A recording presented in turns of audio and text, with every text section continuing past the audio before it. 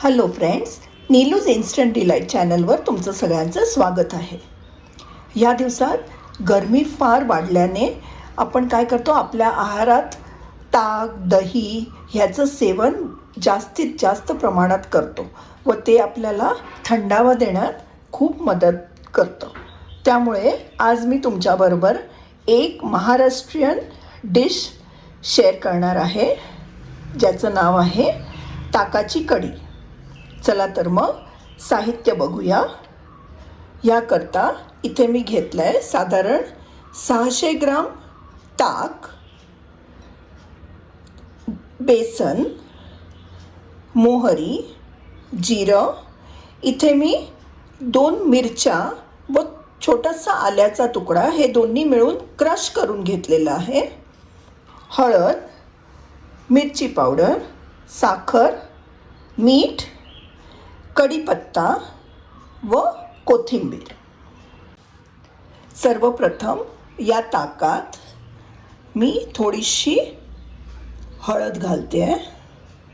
त्यात आता साधारण 2 चमचे बेसन घालूया.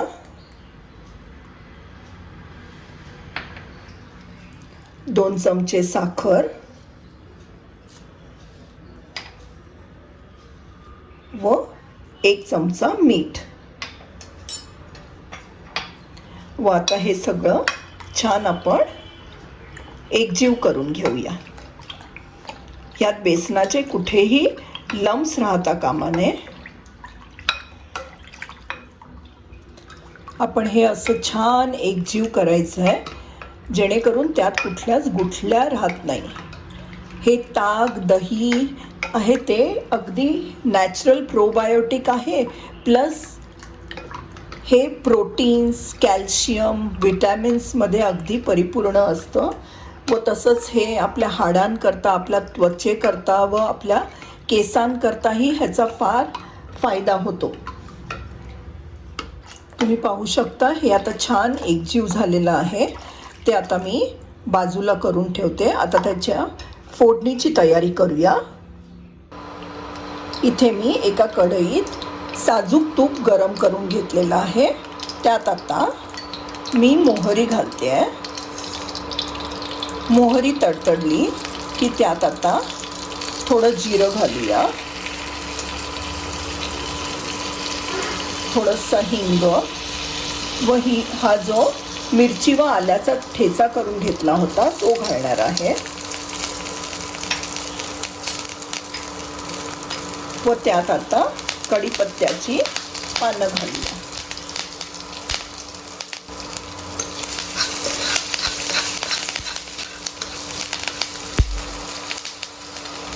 त्यात थोडीशी मी कोथिंबीरही घालणार आहे.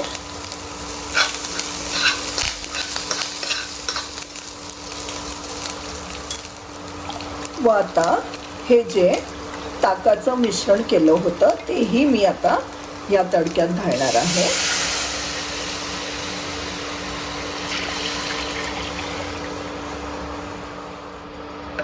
ह्यातच थोडंसं मी पाणी ॲड करून घेते आहे व तेही ॲड करणार आहोत. व आता हे चांगलं आपल्याला ढवळत राहायचं आहे.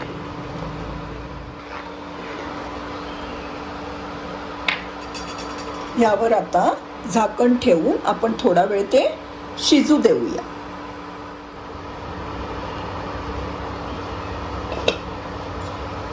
आपल्या कढीला आता छान उकळी आलेली आहे. तुम्ही पाहू शकता सगळं छान एकजीव झालेलं आहे. यात आता मी जी राहिलेली कोथिंबीर आहे ती घालणार आहे.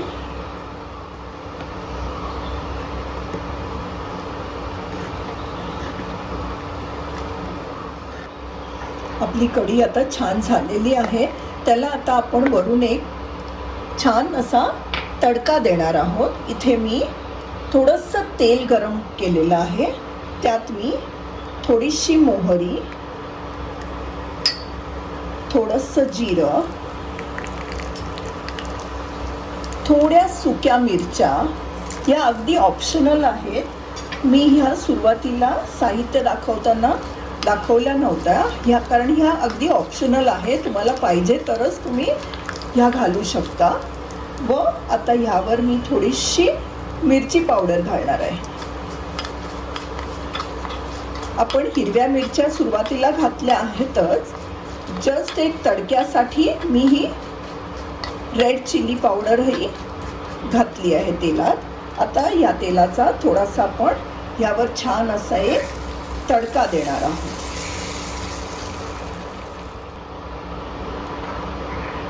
आपण पाहू शकता ह्याला फार सुंदर असा रंग आलेला आहे. आपण आता ही कढी एका सर्विंग बाउलमध्ये काढून घेणार आहोत. अशी आपली ही ताकाची कढी आता रेडी झालेली आहे. तुम्ही तुमच्या रोजच्या जेवणात ही ताकाची कढी नक्कीच इन्क्लूड करा. मी सांगितल्याप्रमाणे सुरुवातीलाच ह्याचे भरपूर फायदेही आहेत व स्पेशली गरमीच्या दिवसात ह्याचं सेवन आपण केलंच पाहिजे. सो तुम्हाला ही रेसिपी आवडली असेल तर मला नक्कीच कमेंट करून कळवा. मग माझ्या चॅनलला लाईक, शेअर व सबस्क्राईब करायला विसरू नका. थँक्यू.